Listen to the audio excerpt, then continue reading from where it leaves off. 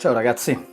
Allora, uno dei più grandi traumi di cui sento parlare in questo periodo è che a distanza di giorno più giorno e meno, un anno esatto da quando è stato rilasciato Gutenberg come editor al posto del Classic Editor con la versione 5 di WordPress, esiste ancora il panico generale. È un trauma, cioè non ancora molte persone si sono abituate o hanno avuto il coraggio di affrontare questa nuova strutturazione. Sta di fatto che questo è principalmente e fondamentalmente un errore, perché il Classic Editor verrà dismesso pur essendo comunque un blocco Gutenberg, quindi è comunque integrato nella nuova struttura.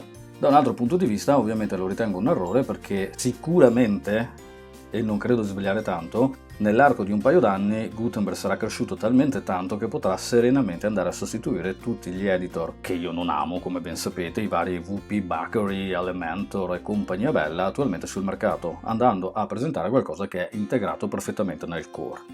Nel momento in cui faccio questo video sto lavorando con la versione 5.3 di WordPress, la 5.4 è prevista credo per marzo 2020. E quindi verranno integrate altre novità. Già questa versione di Gutenberg comunque ne ha portate moltissimo rispetto alla versione precedente, quindi ci basiamo su quello che abbiamo.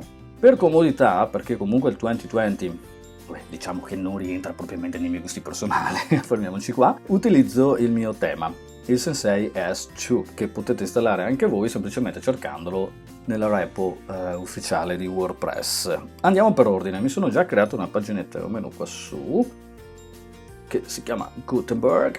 Entriamo e la prima cosa che vi faccio notare è che con la release nuova, con la 5.3, i widget, la sezione di widget è stata divisa in due blocchi, uno footer e uno sidebar, mentre prima erano tutti compresi nella sidebar. Si vocifera anche che questi blocchi, questi widget, scusatemi, verranno integrati nei blocchi prima del 2021, con l'uscita credo della release 6 che arriverà a dicembre 2021. Insomma, c'è tanta roba, c'è tanta carne sul fuoco.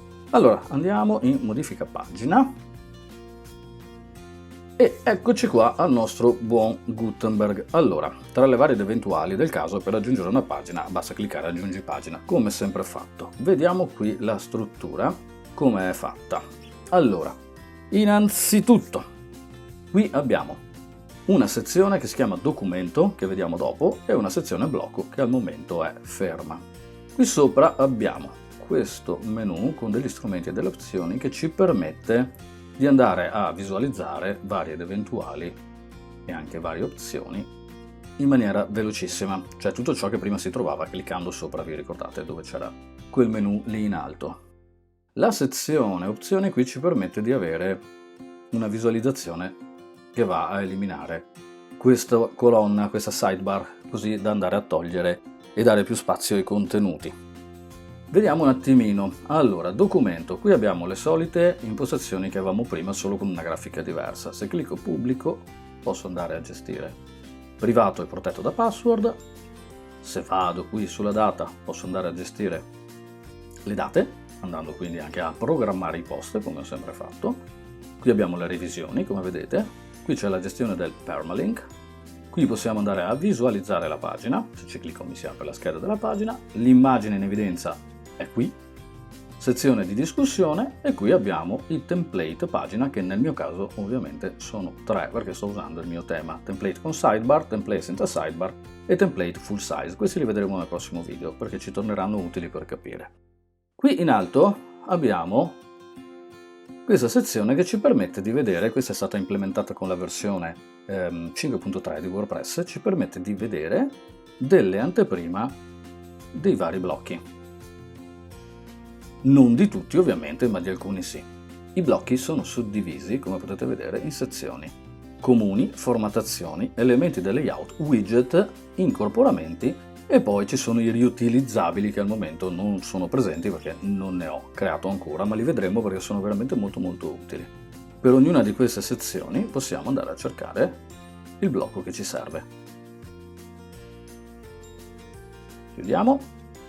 Per quanto riguarda la strutturazione classica che facciamo in una pagina, supponiamo che come sempre questo qui, il tema, lo inserisca, lo vada ad attribuire a un marcatore H1, anche se questo ovviamente dipende dal tema. Una volta che abbiamo creato e pubblicato la pagina si crea il permalink qui sopra che possiamo modificare facilmente cliccando qui. Da qui in giù invece possiamo andare a creare i nostri blocchi. Allora creiamo velocemente un primo blocco, a piacere, tra quelli che ci vengono suggeriti. Qui ci vengono suggeriti quelli che usiamo più frequentemente.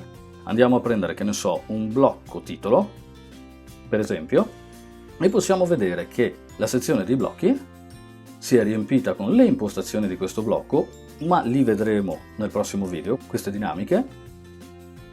Mentre qui andiamo a vedere un attimino come ci si presentano normalmente i blocchi.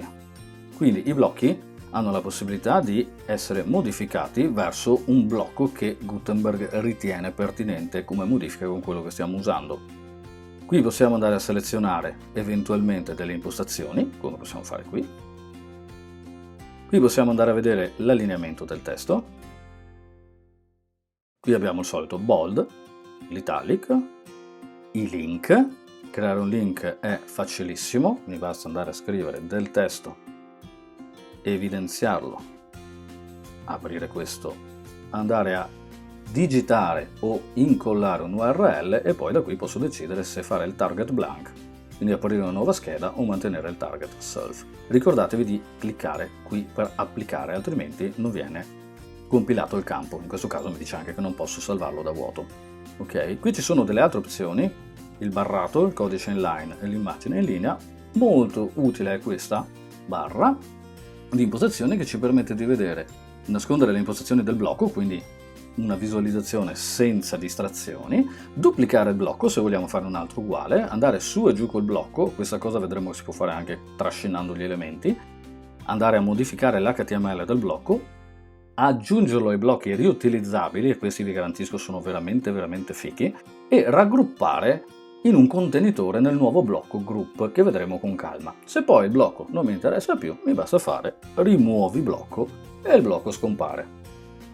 Questo per quanto riguarda una prima introduzione. Nel prossimo video andremo a vedere i blocchi comuni, ovvero questi. Ce li studieremo uno per uno e cercheremo di capire come funzionano e cosa fanno. Per il momento è tutto, buona giornata, see you next time!